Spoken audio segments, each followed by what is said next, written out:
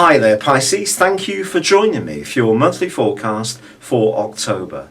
Your two ruling planets, your guiding lights, your co-regents of Neptune and Jupiter are hugely influential this month.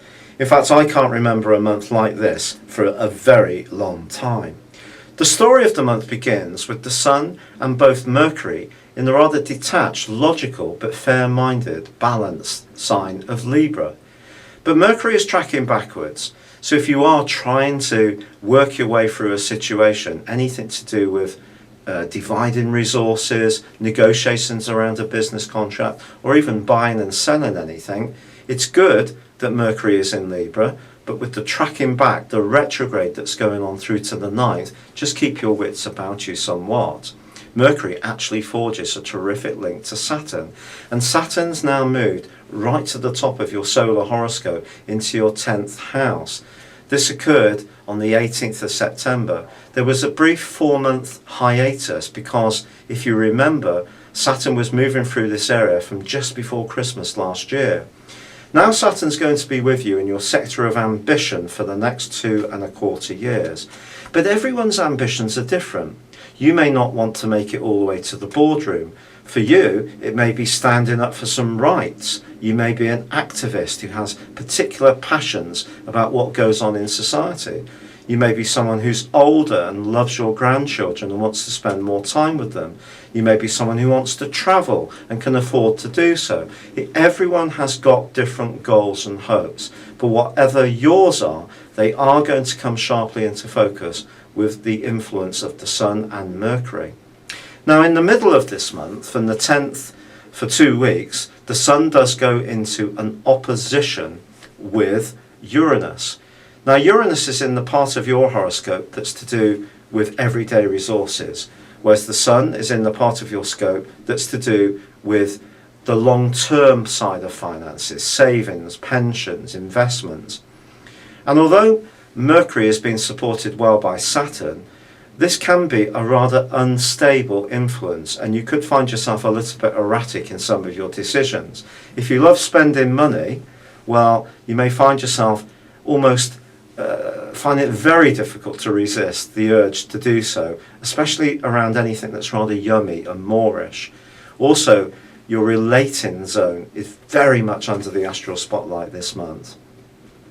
This comes about because Mars and Jupiter, the planet of fortune, are both in your opposite sign. Now, from the 10th through to the end of the month, they're going to be combining. This can give you huge extra confidence in the way you interact with other people, and that can lead to a really big breakthrough as far as someone you encounter.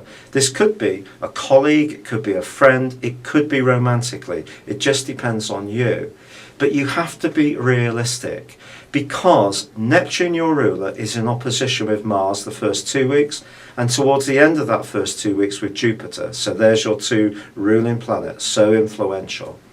That can distort your reality a little bit. You could see someone for what they're not. You may see them in the way you want them to be. Try to be utterly realistic. If you are, then you can see them in the right way, and there could be a real potential to grow a very positive alliance with someone. You can also find yourself to be a lot more competitive this month and go-getting. And if you do need to take on the world as you see it, you can come out of your shell spectacularly well to do it. If you love sport, this part of your situation can see you much more active. From the 10th, however, not only does Mercury start to go forwards and the Sun goes into an opposition with Uranus, well, Venus moves into your 7th solar house. This is a beautiful location for this planet. It can help you to feel more equanimous to anyone that perhaps you've been having some difficulties with. You can let things go. You can reach out. You can meet someone in the middle. You can be the one who shows a more harmonizing approach. But the fact is that Venus does go into opposition with Neptune in week 3. Now, this can lead to a true love meeting, but it also could lead to a huge disappointment. The best way to handle this is to find yourself somewhere in the middle, where you're open to the possibilities of something incredible happening, but you don't get too swept away by anyone new you meet.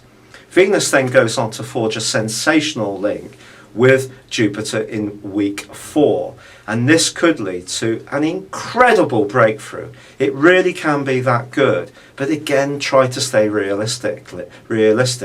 Fortunately, the Sun moves into your sister water sign on the 24th of Scorpio. And that can help you to be that much more logical, questioning, and perhaps even independent in your approach. But I do feel that this is a thrilling month for you. But it is about handling this sense that things can almost get blown out of huge proportion.